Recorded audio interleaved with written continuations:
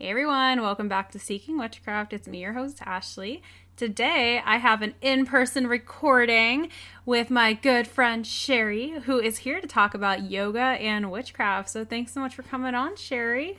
Hi everyone, I'll just introduce myself real quick. My name is Sherry. I am a certified yoga instructor at the 200-hour level. I'm also a Gardnerian witch. Ashley is actually my high priestess. Woohoo. So I have her to thank for a lot of, just everything I've learned over the past few years about witchcraft. I'm very grateful. And in addition to teaching yoga, I'm also a runner and a powerlifter. I'm very passionate about fitness and movement and how it can be incorporated into a witchcraft practice and how the two can fuel one another.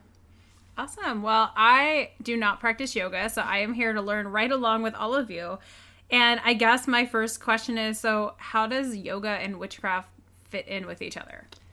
So to start, they actually share the same goals, and these goals are to increase wisdom, increase your psychic abilities, explore yourself, and attain higher levels of consciousness and connect with divinity or spirit or whatever it is that you might be worshiping. The difference is yoga has a very holistic approach to these goals because of the physical aspect of the practice. And I think that physical aspect of yoga makes it increasingly beneficial to a witchcraft practice, and it can help a witch carry out their magic more efficiently.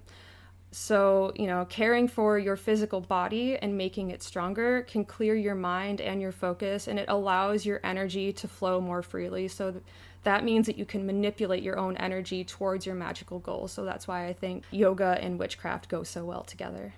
Awesome. Well, I've tried to do yoga in the past. It's not been my favorite go-to exercise. I think partially because I have carpal tunnel that has developed in my hands over the years because I text way too goddamn much. And yeah, it's a little bit of a struggle for me. But that doesn't mean I'm not open to practicing yoga. I'm especially interested in learning more about how I can tie the two things in together, because maybe if I learn how to get witchcraft with yoga, I'll be a little bit more susceptible to actually doing it more often.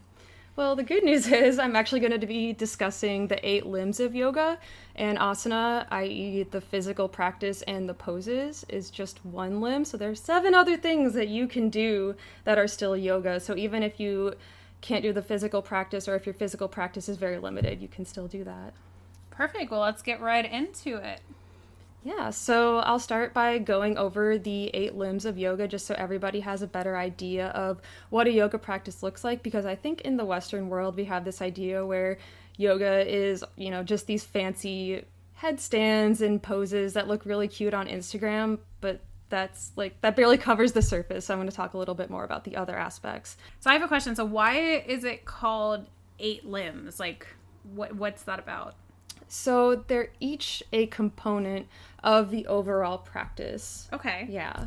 So they all go together, although I will say there's a caveat. The last 3 limbs are practiced together and they're kind of grouped together. So most of the limbs can be practiced. Some of them need to be attained, so I'll go more into the specifics of that once we go through the limbs individually. Okay, cool. Yeah. So the first 2 limbs are the yama and niyama. So these are the moral guidelines of a yoga practice. So the yama are your moral guidelines that you engage in with others. The niyama are your moral guidelines with yourself. So the goal of these 2 limbs is to help make you just a better person overall. And I'm not going to go into them in great detail because we could sit here forever and talk about them. But I'll just mention one of the yama is ahimsa. And that was one that had a very, very big impact on me. Ahimsa is nonviolence, so not hurting other people, obviously intentionally. So that is not just physically hurting somebody, but also speaking unkindly to somebody. And cursing somebody, hexing somebody. Exactly. Putting their name in a cow heart with pins and, Yeah, don't do that. as you may or may not do. Yeah. And that one can also be applied to yourself, which is something that I really worked on last year that I actually did incorporate into a witchcraft project that I was working on, where I was working with a goddess focusing on self-love. So I was also telling myself that I was practicing ahimsa, so not using unkind or, violent language, I guess, towards myself, and just being a little bit kinder to myself and catching myself in those moments where I'm like, oh my God, I'm so stupid. Oh my God, why did I say that? Walking back and telling myself, no, I can speak to myself more kindly. And then one of the niyama, the moral guidelines with oneself, that is really beneficial to witchcraft, I think, is called svedjaya. So that is self-study. So reflecting on your actions, on your thoughts, and how they impact you and others around you, and just engaging in, even a journaling practice, things like that, because that's also a big thing in witchcraft is that self-reflection. Some people think about it as shadow work, so I think that that's very relevant to a witchcraft practice as well. So are these things that are part of, like, stretches and yogas, or are these just, like, mental things that are part of yoga overall as a practice? Yeah, so these are just part of yoga overall as a practice. So actually the next limb is asana. So that is the physical practice. That's just one limb on its own. 1/8 of the practice is the physical practice where, you're on the mat using blocks or whatever and doing poses, down dog, sun salutations, things like that. That is just one limb. So that's the third limb, asana. I don't think I need to go into too much detail on that one because that's the one that people are the most familiar with. So if I went to, like, a yoga class at my gym or yoga studio, it's going to be like that, probably? Depends on the studio that you go to. So the ones that are focused on more, like, actual Eastern authentic yoga, they will probably have you do some meditation, some breath work. In some of the other limbs, they'll probably focus on one of the yama or niyama throughout the practice so that you meditate on that as you're flowing. So it really just depends on where you go. But yeah, a lot of, like, bigger gyms that, they just have yoga as one of their classes of selection. They might not go much into the other limbs. It might just be that they assume that people are just there to stretch and they're not going to talk as much about the other limbs. But it really just depends on where you go and who your teacher is. Yeah, I went to a yoga class at a gym. It's a chain gym called Lifetime Fitness, and it was very much a stretching. We're here to burn calories to some extent because it wasn't hot yoga and it wasn't, like, cardio, but it was not super relaxing either. I don't know. It was difficult. Yeah, that sounds like a fire flow, which those can be spiritual in nature, but I would assume that at a larger gym like that is probably more physically focused. Yeah, this didn't feel very spiritual. Yeah, I can imagine. So yeah, the fourth limb is called pranayama. So this is breath work, and this is one of my favorite things to talk about because I love breath work. It has changed my life in so many ways. Breath work is super associated with witchcraft, by the way, guys, if you do not know this. Mm-hmm. So I can see where we're going with this, but yes. Yes, please. Yeah, so pranayama is meant to cleanse your aura. And by harmonizing breath and thought, you can increase your psychic power. And this enhances your ability to focus on your will or anything that you're casting a spell for. And it can also help one focus their mind and energy on one thing, which also leads to more efficient spell work if you have a strengthened ability to focus on something. It can also make it easier to project through the planes if that is something that you wish to do, any kind of astral projection. I find it a lot easier after doing some breath work. It's a little bit more accessible that way. And I guess just a note with breath work, it is meant to be uncomfortable.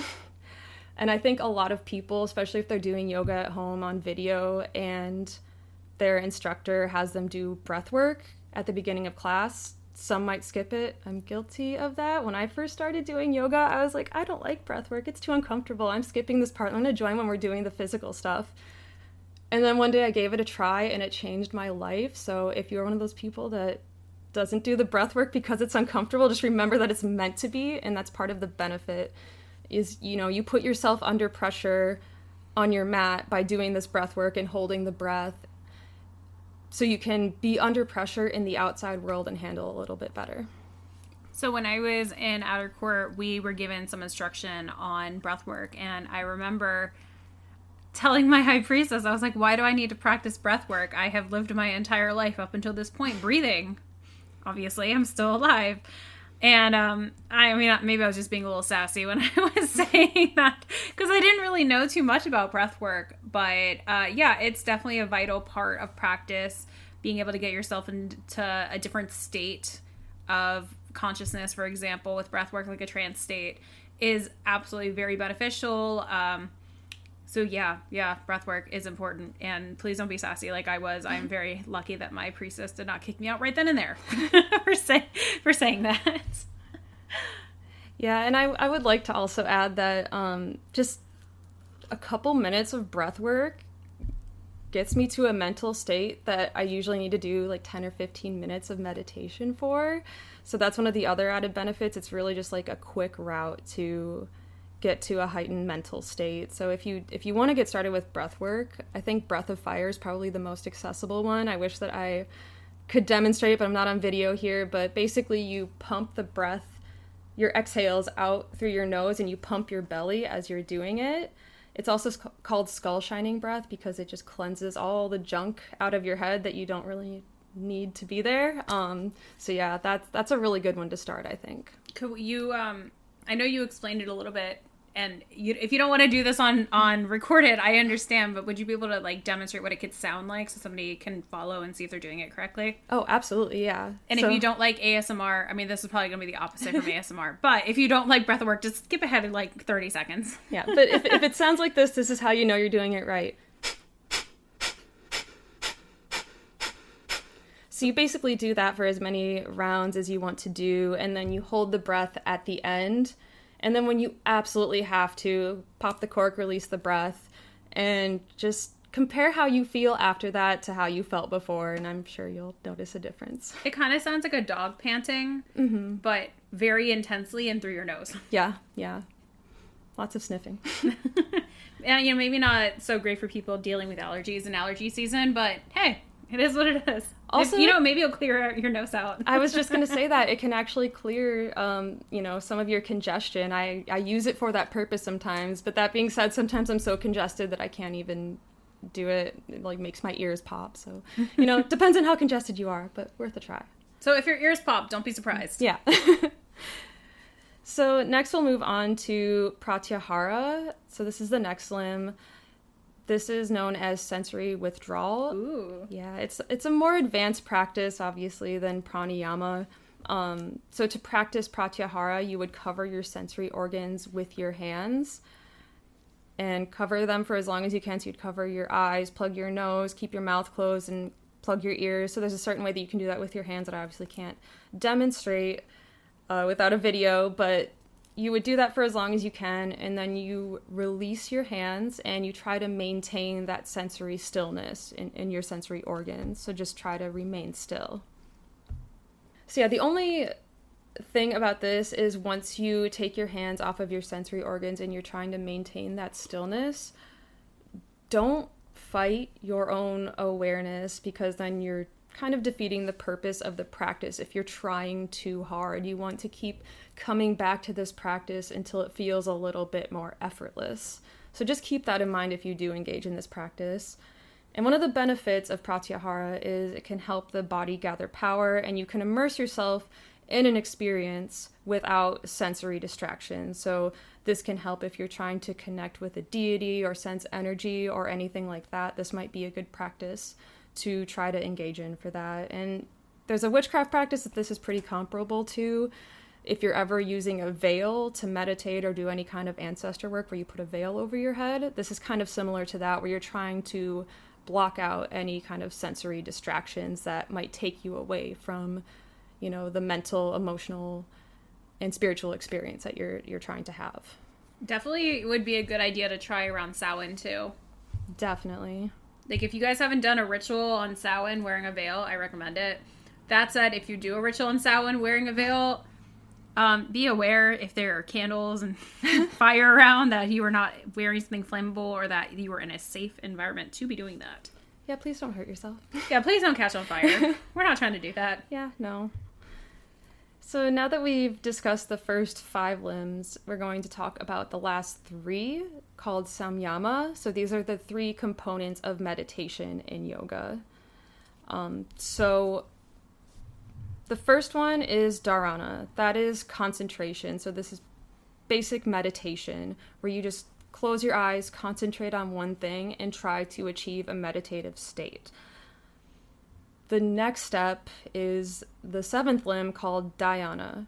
So that is concentration without awareness. That is the ability to see the underlying truth of what you are meditating on.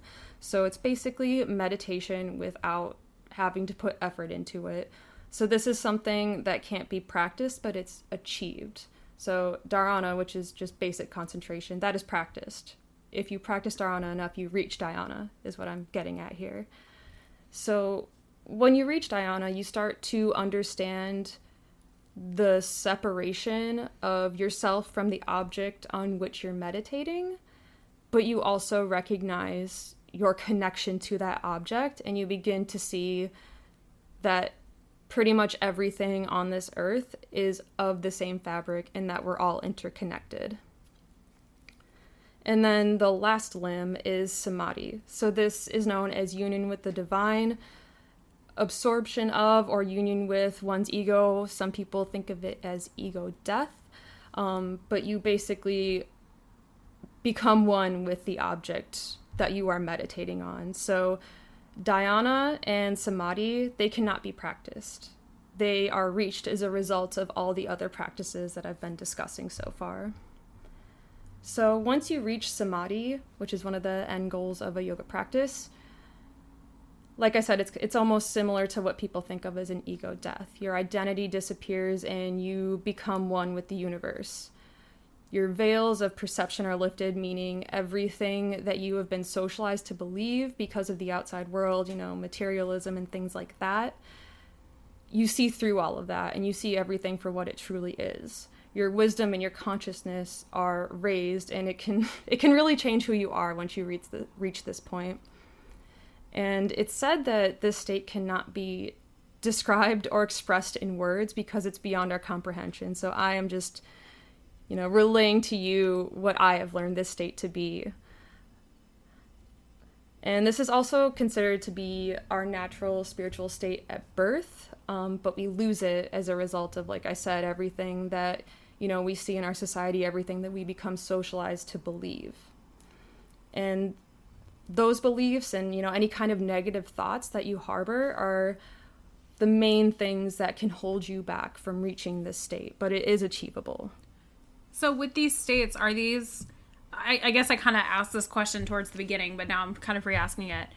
Are these states of, like, you're meditating and then this happens, or are these just, like, one day you wake up and you're like, I have reached this? Like how does this happen?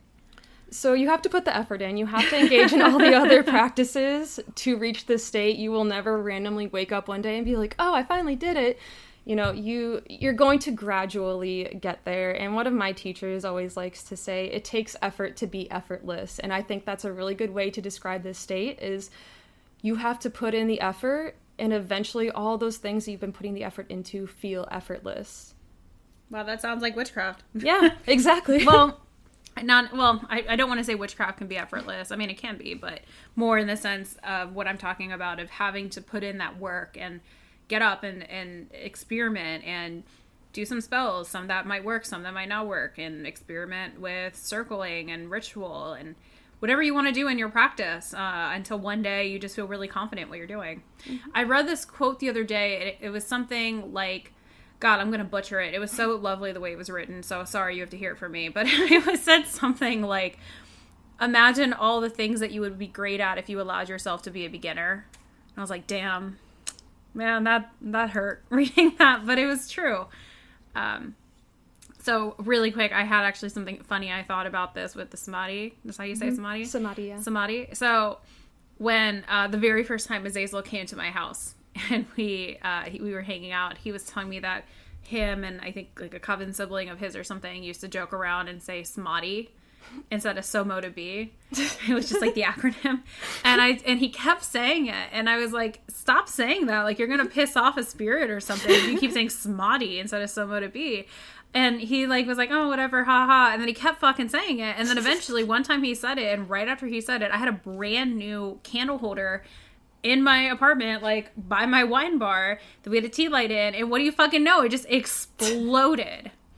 The other one because I had two of them, the other one didn't explode, but that one did. And I was like, see, stop fucking saying it. And you know what? He stopped saying it after that. So I know that's not the same thing as what you were talking about, but they sound very similar. And I thought of that moment, and I was both re-annoyed and also laughing internally about it again. That is a great and also not surprising story at all. So now we're going to go into some yoga practices that can help if you are someone who struggles with meditation. And I have ADHD, so sitting still is very much a struggle for me, so some of these practices have helped a lot. So if sitting still is also an issue for you, asana can help. That is the physical practice of yoga, so it's thought of as a moving meditation. So if you think of it that way, where you're focusing on your breath as you're going through the asanas, it's meditative. And if you want to do something a little bit slower that feels closer to meditation, you could try restorative or yin yoga. So that's a little bit slower. You hold the poses for a little bit longer than you would if you were doing, let's say, a vinyasa or a hatha flow. So what are those? Okay, yeah. For somebody who has no idea what that is. To back up, yeah. So vinyasa and hatha flows are a little bit faster paced. They're not as quick as, what you would think of as a fire flow, like the type of yoga class where you would get super sweaty.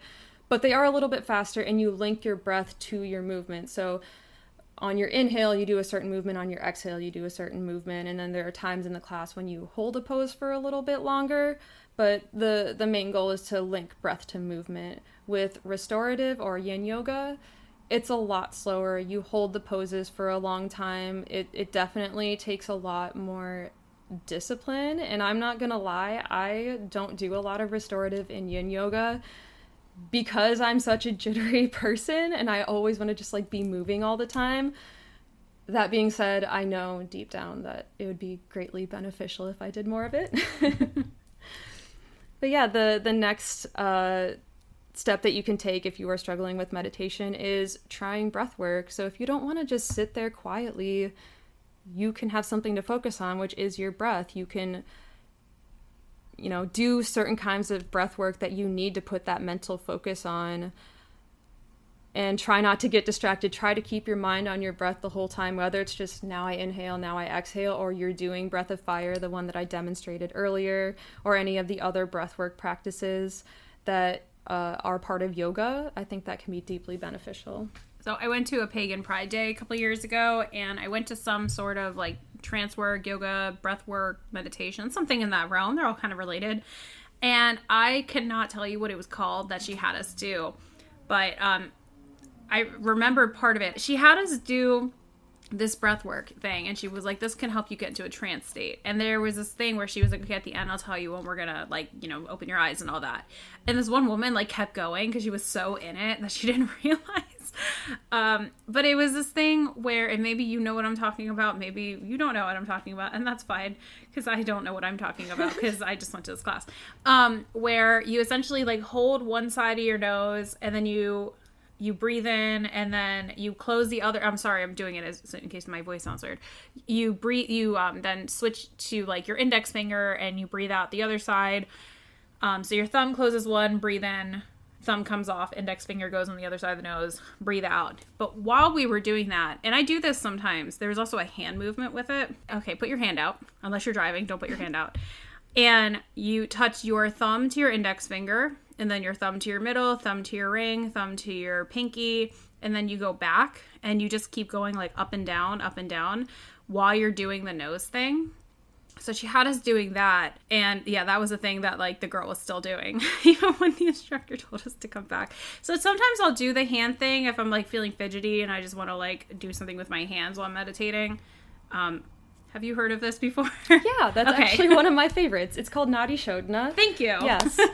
So it's also known as alternate nostril breathing, where you would take your index finger and your middle finger, put them to your third eye in between your eyebrows. I like to use this one for third eye stimulation because of that. And then you would plug your right nostril with your thumb and your left nostril with your ring finger, and you just go back and forth. And then what you did with your other hand is called a mudra. So when you connect your index finger and your thumb, that represents your personal connection to spirit or to the universe. Yeah, so that is actually one of my favorites. It is very good for trance work. It's also good for getting in touch with your third eye energy. So yes, that's a good one. I love that one. Yeah, and if you want to do something with your hands, you can do that. Yeah, if you're fidgety, that's a good one. It's like a built-in fidget toy. Exactly. So the next thing that you can do is called mantra. So I think a lot of witches do this already. So to break down the word, man means think, tra means conducive. So you are thinking a thought that you want to be actually leading to something that manifests in real life. So this gives the practitioner a word or phrase to focus their mind and energy on. And this can also intensify your consciousness. It's very similar to spell work where you're putting all your energy onto one thing. And if you're using a mantra, it's just a chant or a phrase that you repeat over and over again. You can say it in your head if speaking out loud during meditation distracts you. I don't really like to talk during my meditations. It kind of takes me out of the meditative state. So you can just repeat it in your head and do it that way. There's also, like, if you want an example of one you could use that's, like, goddess focused, there's the one that goes Isis, Astarte, Diana, Hecate, Demeter, Kali, Inanna. And there's a song, you can actually, like, look it up, that's called that on Spotify or YouTube or Apple. And it's just people singing that song and saying that over and over and over again. That's a pretty common one I've heard people use. Yeah, and you can even use it if, you're trying to manifest something. So let's say that you are trying to work on your self-confidence. You could repeat a mantra, I am confident and I am beautiful, something like that, whatever speaks to you, whatever you can wholeheartedly believe. You might not believe it the first couple times you repeat it, but if you keep going, you'll get there. Trust me. If you've ever seen The Love Witch, there's a point where Elaine does this, but if you have not seen the movie, I don't want to spoil it for you, but she's using a mantra of sorts. Not in a positive way towards another person, but there's an example of that in that movie. There is indeed. So the next thing you can try is working with the chakras. So for those who are unfamiliar with the chakras, there's 7 of them. So root chakra, sacral chakra, solar plexus, heart, throat, third eye, crown. Yes, I almost forgot it. Thank you. So yeah, you can start working with the energy in those chakras. Again, just for the sake of time, I'm not going to go into detail about every single chakra. I do have an episode on this too with Allison. I think it was like one of the first episodes we ever did on the podcast. There you go. So you can refer to that one if you're trying to figure out which chakra you want to work with for your specific goal. I also think that working with the chakras is really good for helping you sense energy because you put your focus on an energy center within yourself when you're working with a chakra, whether you're doing a chakra-based asana flow or a chakra meditation. You're putting your focus there and you'll start to feel that energy the more that you work with it. So just for an example, you could work with your root chakra if you are trying to decrease anxiety because your root chakra is connected with the earth element. It's very calming. You could work with your solar plexus chakra if you're trying to increase your confidence or willpower, since that's what the solar plexus represents. And, I feel like an obvious one is working with the third eye chakra to increase your psychic abilities. And I also like to incorporate the chakra correspondences into my spell work. So whether that's, burning a certain type of incense that is associated with the chakra that I'm working with, or using a certain color of candles, certain essential oils, crystals, things like that, you can use the chakras as, a guide to figure out what you want to put on your altar and what you want to work with for a spell too. So now that I've mentioned the chakras, I also do want to address the issue of cultural appropriation. So obviously the chakras and yoga, they are both Eastern practices and ideas, and I am a white Westerner practicing these things. So cultural appropriation is obviously a big issue in both yoga and chakra work. And I am not claiming to be, the yoga authority. This is not a practice in my ancestral line. This is something that I started doing that has just been deeply beneficial to me, and that's why I want to speak on it, because maybe it can help others. But I also say this with the understanding that, yoga has been very westernized over the past decades, And I actually started out practicing yoga in a very westernized way and slowly shifted to a more Eastern yoga practice because that is, I think, the authentic practice. So I just want to address that before I move on. But yeah, the next thing I am going to discuss is what to do if you want to get started in yoga and you don't know where to start. So just know that you don't need to be flexible to do yoga, and you don't need to do headstands. I don't do headstands. I'm really strong. I'm a power lifter, and I don't do headstands because I can't do them. They're not necessary. And just no matter where your body is at, know that the most advanced yoga practice is using props and modifying poses so that they fit your body. So if you want to use 5 yoga blocks and a blanket and a cushion in your practice, do that. Please do that. I use blocks every day. I love using blocks. The purpose of the asana practice is to honor your body. And if you are not respecting your body's boundaries, then you're not honoring yourself and your body.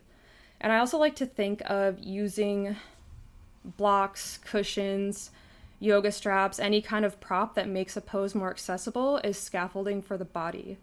It's a way to set a healthy boundary on your mat so that you can take that practice off the mat and set healthy boundaries in your life. So that's kind of a metaphor that I like to use when I'm using props in my yoga practice. I do want to say, so as somebody who's had a bit of a knee injury since last year, while still going to the gym since last year, I've had to learn to be humble with where my body's limitations are at because, for example, when we're doing squats, like my one knee is completely fine. I can go all the way down, but the other knee has an issue where I can't. And I've definitely, absolutely pushed it past its boundaries a lot. And I've had my trainers talk to me about it of like, I need to respect where my body is at and take it day by day. And it can be very, very frustrating. I get very frustrated of like, knowing I can go a little bit farther because my one side of my body is completely fine, but the other side is like having this issue. I don't really know what's going on. It's either like bursitis or tendonitis, some bullshit stuff, but it's annoying either way. And it only really affects me when I'm doing it like leg workouts and when you exercise, you use your legs as it turns out, and your knees especially. So I just wanted to comment on that of sometimes you have to be humble and just see where your body's at and just work with that. And it takes a long time sometimes for your body to get to a point where you don't have to limit it as much. But yeah, you just gotta take it day by day. And it can be frustrating. And I know I've been there. I am there right now. Yeah, just do whatever you have to do to make the poses accessible for you. And just to also comment on what Ashley was saying, something that I like to say when I'm teaching yoga classes is our bodies are not symmetrical and they are not meant to be. So if you are doing pigeon pose, let's say, and you can get really deep into pigeon pose, on one side you don't need any props and you are just good to go, cool. The other side, you might need a bunch of blocks or a cushion to make that pose accessible because let's say one hip is tighter than the other, your hips are a little bit uneven. Just understand that your body doesn't need to be perfect. It doesn't need to be symmetrical. Just be where you are in that moment and respect it and honor your body in that moment. I do want to go back and ask you, I know what they are and we talked about it a bit, but if somebody doesn't know what a yoga block is, what is that? And also, what could you use a yoga strap for? Like, what are some things you could use to be more accessible? Yeah, definitely. So a yoga block, they're usually made of cork. Some are made of foam, and they're literally just like a rectangular block. Block, like a brick. And you can use it for really anything. You can put your hands on it when you're in downward dog if you want to make it a little bit more accessible, if down dog hurts your shoulders or something. You can also use it in a forward fold if you can't touch your mat or the ground with your hands. You can just put your hands on the blocks. You're still doing a forward fold. You can use it in, I don't know if anyone is going to know what I'm referring to here, but Trikonasana triangle pose. I have no idea what you're talking about. If you look it up and you see a picture, just know that you can put the hand that's next to the leg that's forward on a block so that it's a little bit more accessible of a pose. That's what I like to use them for. You can use a yoga strap for so many things. One of them, if you're laying on your back and let's say you're doing a hamstring stretch where you have one leg in the air, If you can't reach the leg with your hands, you can just use a yoga strap, wrap it around the bottom of your foot, and hold it that way and still do the pose. So yeah, there are so many uses for the props. Don't be afraid to use them. It doesn't make you look weak. It actually makes you look smart. Like I said, it's the most advanced practice is honoring your body. And another thing you can do if some of the poses feel inaccessible, or you started a yoga class and you realize your body just can't do it, take a child's pose, or you can sit and meditate the entire class. Like, I know one of my teachers has done that, where she showed up to a class, was having a terrible day and thought she was going to get through the class, realized that she just physically wasn't there for it, and just sat in a meditative seat the entire class and meditated. And just the energy in the room of being in a room full of fellow yogis, she felt tremendously better when she left. And I think about that story a lot, because I think that really speaks to the energy that is raised in a yoga class when you're practicing with other people in the same room. So yeah, another thing that you can do if you want to get started in a yoga practice is start with the chakras or the elements if you want to approach it from a more witchcraft perspective. So if you already worked with the chakras or elements, I would say try to do those in a yoga practice. There are tons of chakra-based flows and meditations that you can do. There are also a lot of ways you can work with the elements in a yoga practice. So that includes sun salutations. That is working with the element of fire. There are also water salutations that you can do. If you wanted to do a more earth-based flow, that would be a lot of, very grounding poses, nothing where you're like balancing on one leg or doing headstands or anything. It'd be very like earthy, close to the ground types of poses. So there are so many ways that you can incorporate the chakras and the elements into your yoga practice. My next tip would be, when you do an asana practice, don't skip Shavasana.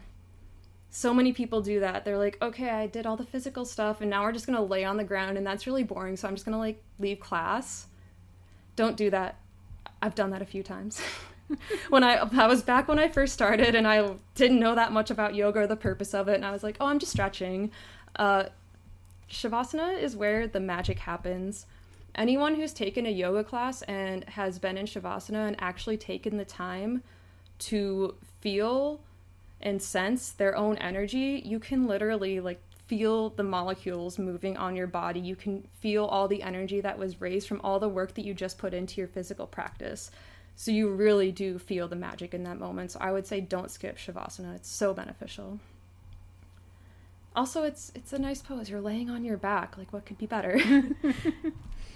My next tip would be to read the Yoga Sutras. It's an ancient text written by Patanjali. So this is basically the text that you would read if you wanted to dive deeper into your practice, or if you wanted to become a teacher. Most yoga teacher trainings make you read the Yoga Sutras. If you don't want to read an ancient text and that's really not for you and you can't get through it, then at least try to learn about them, find an article, maybe look up a podcast about the Yoga Sutras so that you at least know what they are, so that you can dive deeper into the practice and get more out of it. And then my next tip is try a guided meditation. That's another thing to do if you struggle with meditation too. Try it guided. It can help a lot. I have 2 guided meditations on my podcast. And I do one of those very frequently. It's great. Really? Yeah, the path working. I love that one. Oh. Yes. Is it the one by Lucette or the one that I did? The one that you did. Oh. Yeah. I always have such a great experience with that one, so I do it a lot. Oh, thank you. That was one of my beginner episodes, too. I loved it. Thanks. So yeah, just to finish things off, I'm going to talk about how to incorporate yoga into your witchcraft practice. Yay! Yes. So you can honor the Sabbats and the seasons with yoga practices. So one example that I can give here is at the summer solstice, it is traditional to do 108 sun salutations. 108 is a sacred number in yoga. Again, not going to go into all the details about why, because we could sit here forever and talk about that, but I always honor the summer solstice with 108 sun salutations to honor the sun. And a lot of people, especially experienced yogis, will alter their practice with the seasons. So certain seasons focus more on opening up the lungs. the hips. It really just depends on, whether you're using traditional Chinese medicine or what type of practice you're using to find those correspondences. But there are a lot of ways that you can align your yoga practice with the Sabbats and the seasons. There's also with the astrological, I mean, I'm not into astrology, but Tiana has let me know many times that there's a body part associated with each sign. That's funny. My next one is align your asana flows with astrology There or moon you go. phases. Yeah. So every new moon and every full moon, I will do moon salutations. So that is just, a way to honor the moon on your mat. It's actually one of my favorite salutations. So you can also do asana flows that are aligned with whatever astrological season you're in at the moment. So there are so many ways you can incorporate astrology and moon phases into your yoga practice. You can also, like I said earlier, work with the elements and chakras. And you can also use asana or pranayama to prepare for spell work. This is actually one of my favorite things to do. I very rarely do a ritual that I don't do breath work before. It really just gets me into the ritual mindset. And it can also just help you raise your energy before you even enter the circle. So I think that's just a really great way to set your body and your mind up for success in your ritual or in your spell work. Breath work mixed with some sort of vibration, like intonations. Mm-hmm. You can't see me, but I'm giving like a chef's kiss. It's amazing. Yes, we love it. And then just the last thing, I would almost go as far as saying that you could maybe use yoga to cast a spell. And I'll admit that I've never tried it, but at the beginning of most yoga classes, you're asked to set an intention for your class. You're looking for what difference do you want to feel after the class compared to before the class started. So you can use yoga because of what it does for your mind and body to allow you to manifest things and to maybe even cast a spell or manifest something. Awesome. Well, cool idea. I think like the next yoga class I do, I'll do that. And Sherry, if you ever do a live yoga class, either online or in person, I will keep that in mind to use this for spell work. Yes, I want to start, so hopefully soon. Awesome. So as you know, because you have listened to my podcast in the past, what is one piece of advice that you would give a beginner? Does not have to be related to yoga and what we talked about today. Honestly, I would just say have an open mind and try anything. Just some examples of this. I always thought that dancing and ritual seemed so silly. I was like, oh, I feel so fucking stupid if I do that. And then I did it in OC and I was like, this is the best thing ever. And now I dance in almost every ritual I do, even my like solo rituals.